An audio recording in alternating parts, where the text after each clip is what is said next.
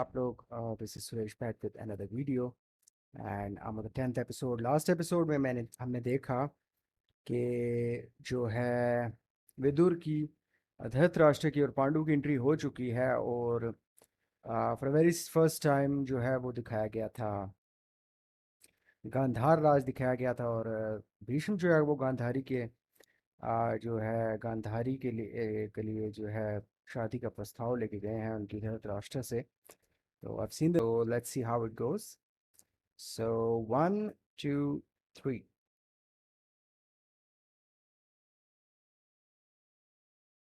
मेरे प्राण अधिक मूल्यवान है।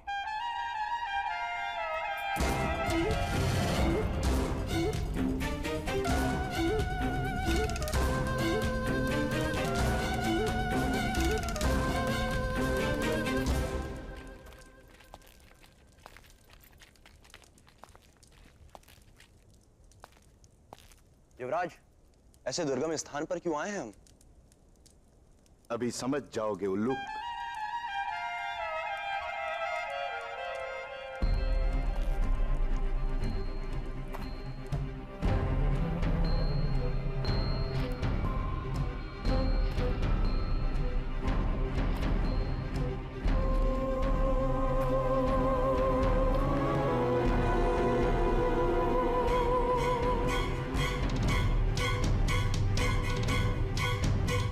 ज्योतिर्पुंज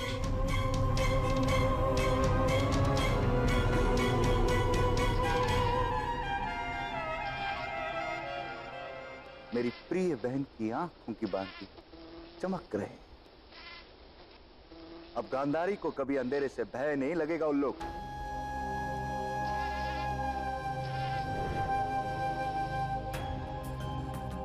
पकड़ लो सब।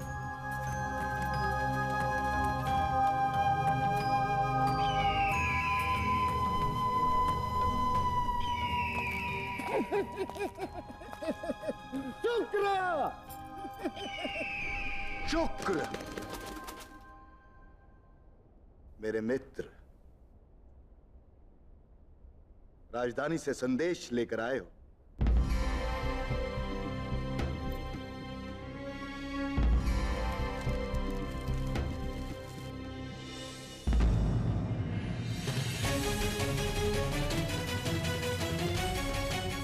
राष्ट्र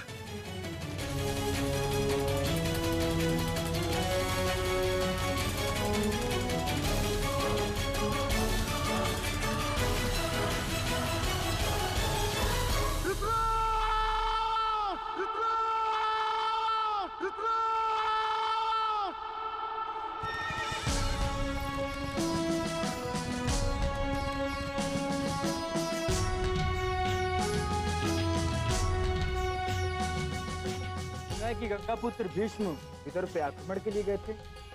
विदर्भ नहीं, गांधार गए थे गंगापुत्र। और कौरवों ने कभी किसी पर आक्रमण किया है?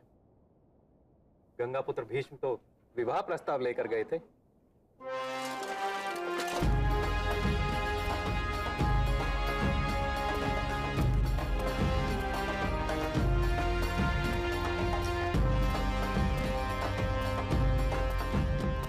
प्रणिपात ताक्षरी। चिरायु भव धृतराष्ट्र। प्रणिपात ताक्षरी। विदुर। प्रणिपात ताक्षरी। पांडु।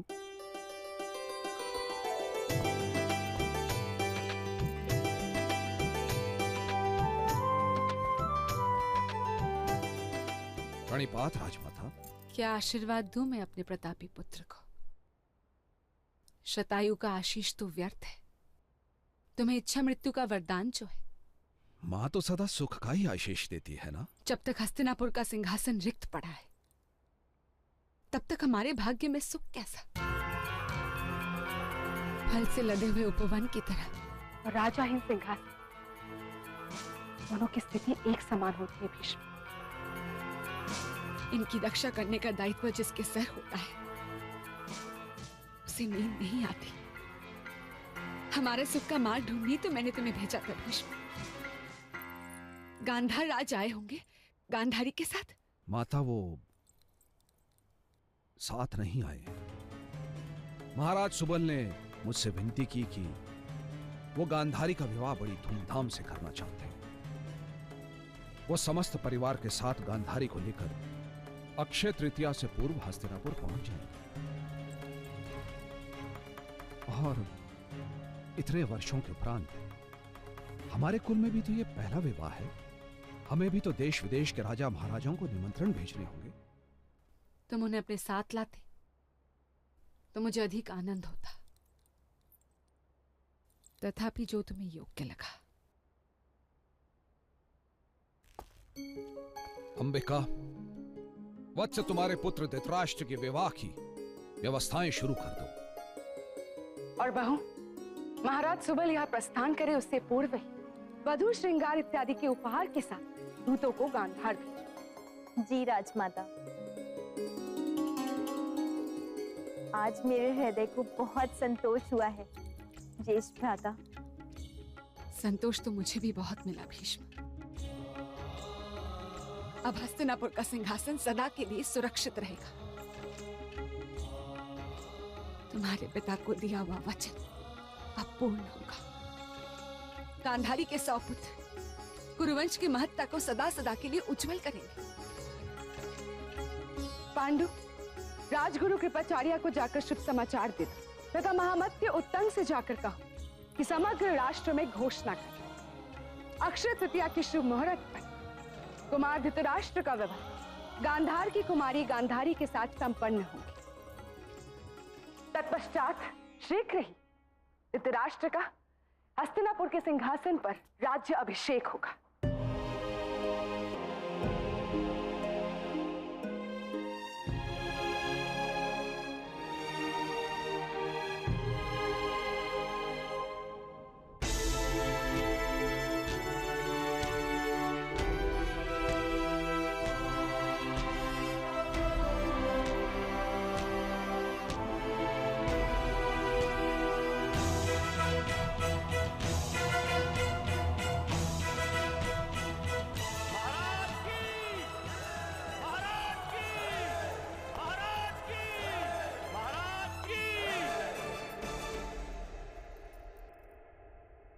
पांडु,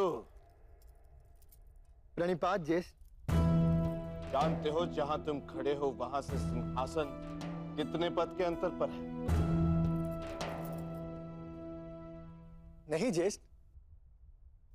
51।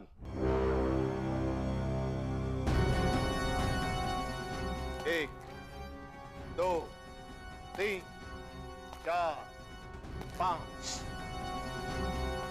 कक्ष के सभी द्वारों से सिंहासन तक का अंतर नापा है मैंने। 6 7 8 9 10। जानते हो क्यों?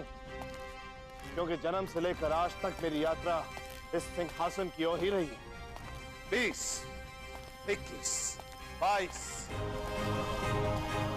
46 47 48 49 50 51।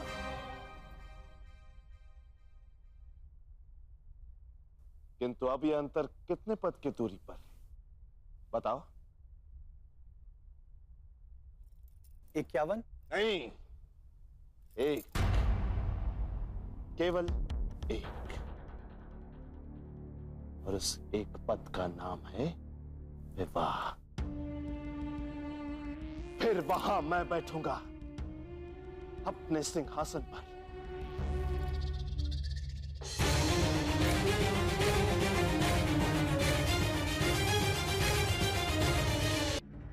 मेरे जीवन की सबसे बड़ी इच्छा परिपूर्ण होगी पांडु। और तब मेरे पास बैठेंगी मेरी आंखें, मेरी सम्राट।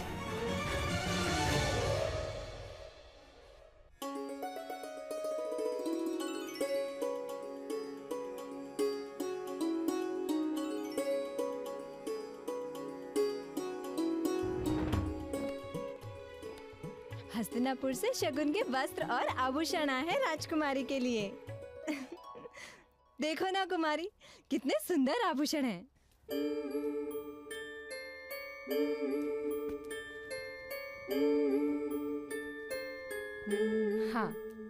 बहुत सुंदर है। हस्तिनापुर के सम्राज्ञी के योग्य। इसे पहनकर जब आप हस्तिनापुर के सिंहासन पर बैठोगी तब आपकी सुंदरता में भी दिव्यता सम्मिलित हो जाएगी कुमारी। राजकन्या हूँ, किसी दिन साम्राज्ञी तो मुझे बनना ही था। पर आपको राज करने का अनुभव तो है नहीं कुमारी। फिर किस प्रकार राज्य करेंगी आप? बहुत सरल है। जहाँ अनुभव नहीं होता वहाँ स्नेह काम आता है। अपने स्नेह से मैं हस्तिनापुर की प्रजा का मन मोह लूंगी।